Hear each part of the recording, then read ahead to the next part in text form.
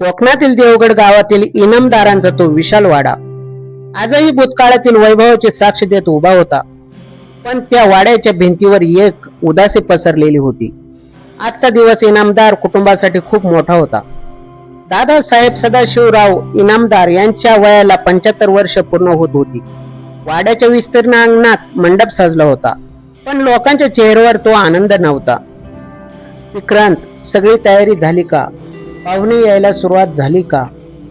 सुमतीबाईंनी पूजेचे ताट हातात घेत विचारले. हो आई, सगळी तयारी झाली आहे, पण बाबा अजूनही त्यांच्या खोलीतून बाहेर आले नाही. आजही ते त्याच जुन्या आठवणीत हरवले आहेत का? विक्रांतने काहीशा नाराजीने विचारले. सुमतीबाईंच्या डोळ्यात पाणी आले. आज 25 वर्ष झाली बाळा. आजच्या दिवशी 25 वर्षापूर्वी तुझा मोठा भाऊ आमचा राघव या वाड्यातून नाहीसा झाला होता. तो अवघा 10 वर्षाचा होता. आज तो असता तर. आई, पुन्हा तेच. विक्रांत चिडला. तो आता जिवंत नाही हे आपण कधी स्वीकारणार? 25 वर्ष झाली. पोलीस गुप्तेहर सगळं करून झालं. आता या वाड्याचा आणि इनामदारांच्या संपत्तीचा खरा वारस मीच आहे. आज बाबा मला या संपत्तीचे अधिकार सोपणार आहेत. कृपया आजच्या दिवशी तरी या जुन्या गोष्टी काढू नकोस. अंगणात सनाईचे सूर वाजू लागले. पाहुण्यांची गर्दी वाढू लागली. सदाशिव दादासाहेब गंभीर चेहऱ्याने पायऱ्या उतरून खाली आले. त्यांच्या चेहऱ्यावर वयाचे आणि दुःखाचे वलय स्पष्ट दिसत होते. तितक्यात वाड्याच्या मुख्य लाकडी दरवाजापाशी एक सावली उभी राहिली. खांद्यावर एक जुनी चामड्याची बॅग, अंगात मळकट हिरवा शर्ट, वाढलेली दाढी आणि डोळ्यात एक वेगळीच चमक असलेला एक तरुण तिथे येऊन थांबला. त्याचे नाव होते राघव. तो तिथे उभे राहून शांतपणे वाड्याकडे पाहत होता. त्याच्या चेहऱ्यावर भूतकाळातील आठवणीचे काहूर माजले होते. त्याला पाहताच वाड्यातील रखवालदाराने विचारले, कोण पाहिजे भाऊ तुम्हाला? इथे आज मोठा कार्यक्रम आहे. आज जाण्यास परवानगी नाही. राघवने एक मंद स्मित केले आणि खणखणीत आवाजात म्हणाला, मी माझ्या घरी आलोय. देवगडच्या इनामदारांचा मोठा मुलगा राघव. राघव सदाशिव इनामदार हा आवाज अंगणात उपस्थित असलेल्या प्रत्येकाच्या कानावर पडला. सनाईचे सूर थांबले. संपूर्ण वाड्यात जणू शांतता पसरली. राघव. सुमतीबाईच्या हातातील पूजेचे ताट जमिनीवर पडले. त्या धावतच दरवाजाकडे गेल्या. त्यांनी राघवच्या चेहऱ्याकडे पाहिले. त्याचे डोळे, त्याचे कपाळ अगदी त्यांच्या जुन्या राघव सारखेच होते. माझा राघव, माझा बाळ परत आला. सुमतीबाईंनी त्याला मिठी मारली आणि त्यांचे अश्रू अनावर झाले. पण सदाशिव जागेवरून हलले नाहीत. त्यांचे डोळे तीक्ष्ण होते. त्यांनी राघवकडे पाहिले आणि गंभीर आवाजात विचारले, थांब सुमती, घाई करू नकोस. 25 वर्षानंतर अचानक एक माणूस येतो आणि सांगतो की मी तो तुमचा मुलगा आहे. यावर मी कसा विश्वास ठेवू? अनेक लोक संपत्तीच्या लोभापायी नाटक करू शकतात. विक्रांत आणि त्याची पत्नी नंदिनी यांच्या चेहऱ्यावरचा रंग उडाला होता. आज विक्रांतला संपत्तीचे अधिकार मिळणार होते आणि नेमक्या याच दिवशी हा मोठा भाऊ कुठून टपकला. बाबा, मी तुमचा राघवच आहे. राघव म्हणाला. काही पुरावा आहेत का तुझ्याकडे? विक्रांतने पुढे होत विचारले. 25 वर्षे तू कुठे होतास? अचानक आजच कसा आलास? राघव शांतपणे वाड्याच्या मधोमध गेला. त्याने तिथल्या खांबाला स्पर्श केला. या खांबाच्या मागे मी आणि विक्रांत लपंडाव खेळायचो. एकदा खेळताना विक्रांत पडला होता आणि त्याच्या डाव्या हाताला जखम झाली होती. आजही तो उरण तिथे असेल.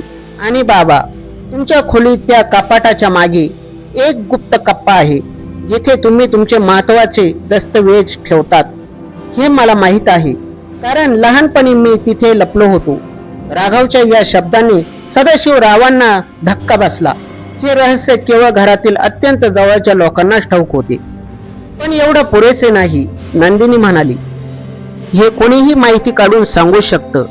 आम्हाला DNA टेस्ट हवी आहे. राघवने मान हलवली. मला तुमची संपत्ती नकोय, पण फक्त माझे कुटुंब हवे आहे. तुम्ही हवी ती टेस्ट करू शकता. मी तयार आहे. राघव वाड्यात राहू लागला. DNA टेस्टचे नमुने घेण्यात आले, ज्याचे रिपोर्ट यायला आठवडा लागणार होता. या 8 दिवसात वाड्यात प्रचंड तणाव होता. एक दिवस रात्री राघव वाड्याच्या गच्चीवर उभा होता. तिथे विक्रांत आला. तू जो कोणी असशील इथून चालता हो. हे साम्राज्य माझे आहे. मी गेल्या 25 वर्षापासून बाबांची सेवा केली आहे. तू अचानक येऊन हे सर्व हिरावून घेऊ शकत नाहीस, विक्रांतने धमकावले.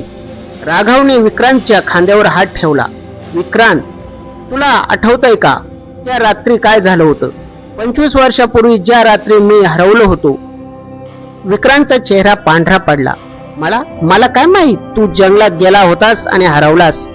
नाही विक्रांत, राघव धीर गंभीर आवाजात म्हणाला. मला जंगलात कोणीतरी घेऊन गेलं होतं. मला मारण्याचा प्रयत्न झाला होता, पण एका चांगल्या माणसाने मला वाचवलं. त्याने मला शहरात नेलं, वाढवलं, पण माझ्या डोक्याला दुखापत झाल्यामुळे माझी स्मृती गेली होती. काही महिन्यापूर्वी माझा अपघात झाला आणि मला सगळं आठवलं. तुला कोणी नेलं होतं? विक्रांतने घाबरत विचारले. ते लवकरच समोर येईल, राघव म्हणाला आणि तिथून निघून गेला. वास्तविक पाहता 25 वर्षापूर्वी इनामदार कुटुंबातील एका विश्वासू नोकराला, ज्याचे नाव भैरू होते, कोणाकडून तरी राघवचा काटा काढण्याची सुपारी मिळाली होती. पण भैरवने दया दाखवून राघवला एका दूरच्या शहरात सोडून दिले होते. DNA रिपोर्ट येण्याचा दिवस उजाडला. संपूर्ण कुटुंब हॉलमध्ये जमले होते. कौटुंबिक डॉक्टर रिपोर्ट घेऊन आले. दादासाहेब, रिपोर्ट आले आहेत. डॉक्टरांनी लिफाफा सदाशिवरावांच्या हातात दिला. सदाशिवरावांनी थरथरत्या हाताने लिफाफा उघडला. त्यांनी रिपोर्ट वाचला आणि त्यांचे डोळे मोठे झाले. त्यांनी तो रिपोर्ट विक्रांतकडे फेकला. हे कसं शक्य आहे? विक्रांत ओरडला. हा रिपोर्ट पॉझिटिव्ह आहे. हा खरंच राघव आहे. नंदिनीने चिडून डॉक्टरांना विचारले. डॉक्टर, काही गडबड तर झाली नाही ना? नाही, लॅब मधून थेट आलेले रिपोर्ट आहेत. यात कोणतीही चूक नाही, डॉक्टरांनी स्पष्ट केले.